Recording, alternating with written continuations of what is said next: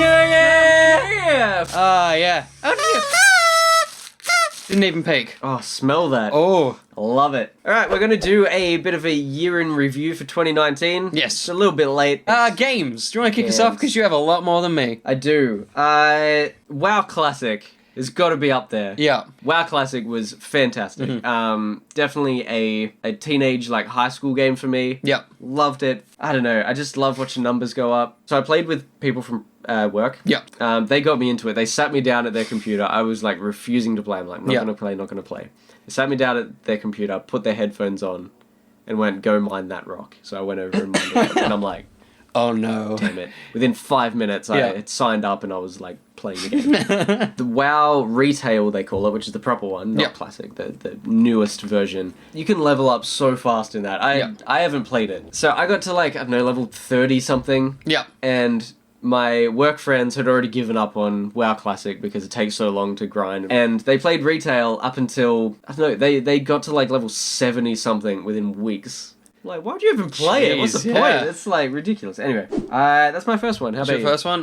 One that doesn't make my top 5, but we've been waiting for it for a long time, is Dreams. It's not even out yet. It's still not technically out. But last year was the creator early access thing. And I created, and we early accessed. It's if you don't know what Dreams is, it's basically a game engine that pretends to be a game. And I've heard that there is, like, first player content coming, single player campaign, which is cool. Yeah, I'm intrigued to see what they actually do with that.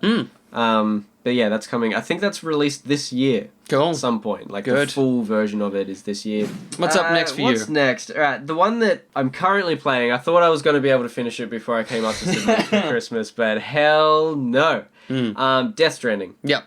Loving it. Absolutely loving it. It is a grind. I understand why people don't like it.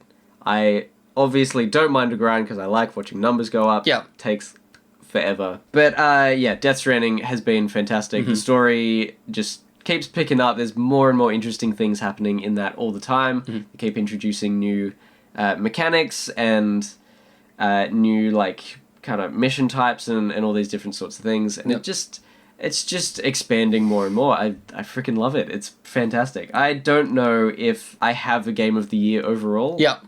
So I don't know, like, I'm just you're not going the games that anything. I can think of straight up at the moment. Up next for me, it's at the bottom of the list. I didn't play many games outside of what I reviewed for Spawn Point, but Days Gone is number 5 for me. It's a game I played enough of to go, this is probably going to get good, but I just didn't have enough time to finish it, but I enjoyed what I played. I do want to get back to it. I think it might be a holiday game, because I've kind of, everything else on the list I'm done with, so maybe I'll dive back into the Days of the Gone. I do want to, jump into that more, get further through the story, but I'm going to have to start over, I think. It's one of those games. It's been too long, my next one, I think, would be No Man's Sky VR. I played maybe like 2 or 3 hours of that and recorded it. I don't know if that'll ever come out, but I played with a friend, so it was actually multiplayer as well. So we just hung out, we just, like, explored 1 or 2 different planets and stuff. We flew around together, I think we blew up a bunch of stuff. It was really fun, it was really, really cool, especially with someone else. Yeah, this was just, it was another level, and you really are, like, you feel like you're in another planet. It's sick. It's like what they wanted.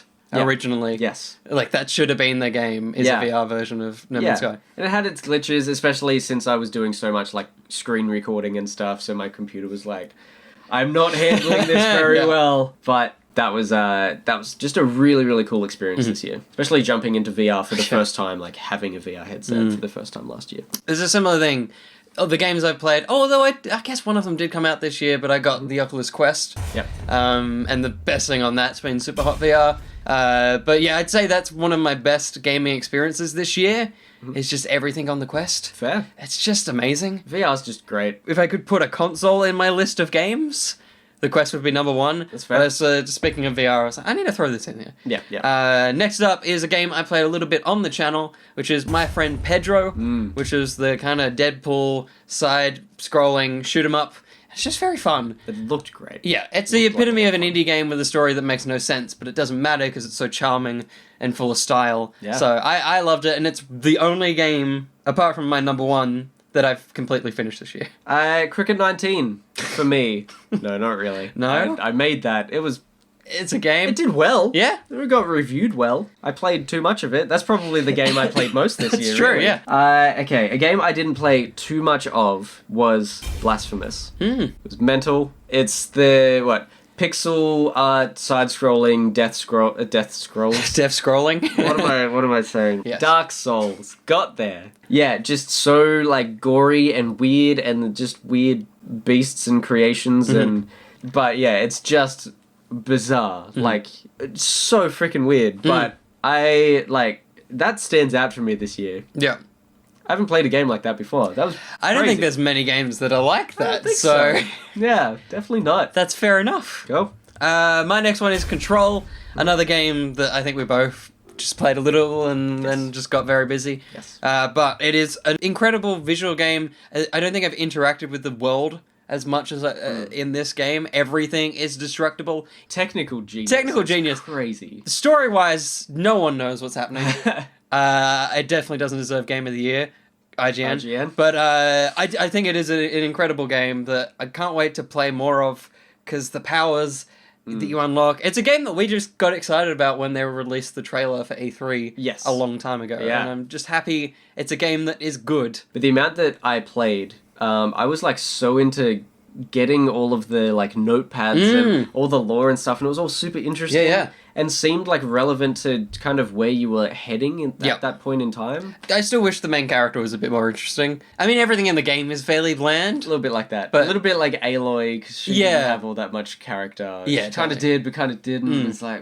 There's not much, but it's just still such a visually striking game when things get weird. Up next... a game that I was mentioning to Will before, I don't know why this is in my head so much. Yeah. I played a lot of Rage 2. Did you play the original? No. Yeah, wow. I just played Rage 2. I think before I played Rage 2, I watched like an overview story. of what happened. It didn't really help. But that game was just funny. There was a lot of funny things in there. Yeah. There was like Bethesda commemorative mugs that you could collect. Yeah, right. So like you'd go over and it would turn into some sort of resource that you could then use to build other things. But there's just a lot of funny, dumb stuff like meta that. humor. Yeah, a lot of meta humor. I think Yeah. there was like a Skyrim dragon or whatever. Of course that you there collect was. and that probably said it. Yeah. Like just all that sort of thing. Other than that, I have no idea what it was about, what I was doing. But yeah, that was just dumb first-person shooter fun. Yeah. My number 2 game of the year is Jedi Fallen Order. There you go. I would put it a little bit higher if I didn't have to lower the difficulty in one of the final boss. Sure. I was just like, I need to finish this game. I'm just not of the Dark Souls realms. Yep. I just don't play it. I mean, I got to the final boss without lowering the difficulty from Pretty the good. highest one. So Wow.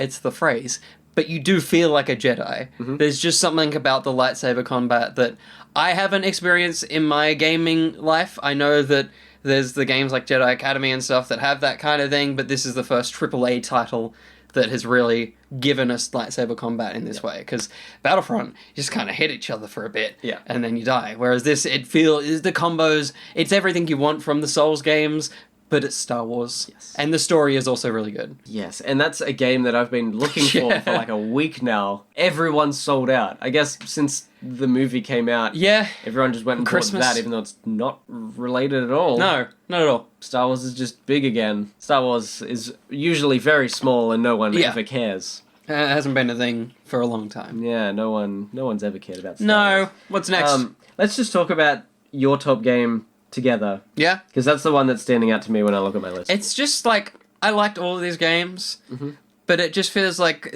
there is only one game this year that I've been like, this is different.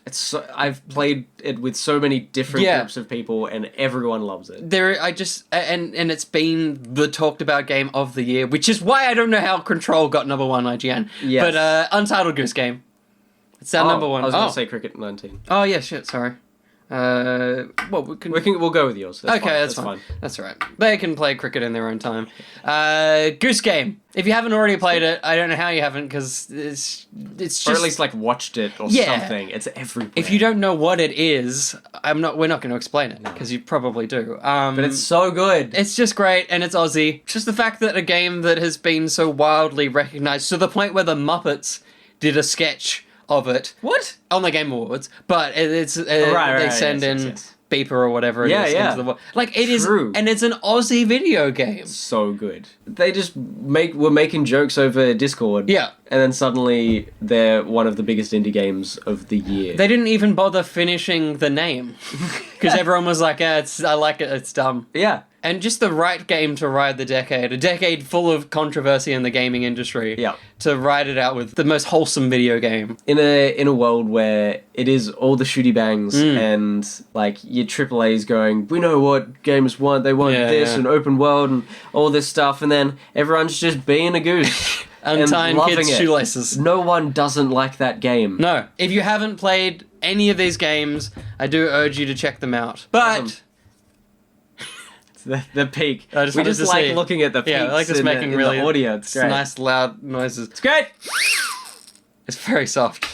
But that's not where the podcast ends. If you want to check out what we thought of TV and film in 2019, the full podcast is down below. You can check it out on Spotify and YouTube, and you can stick around here for more videos and content on whatever we feel like talking about. It's a very loose channel.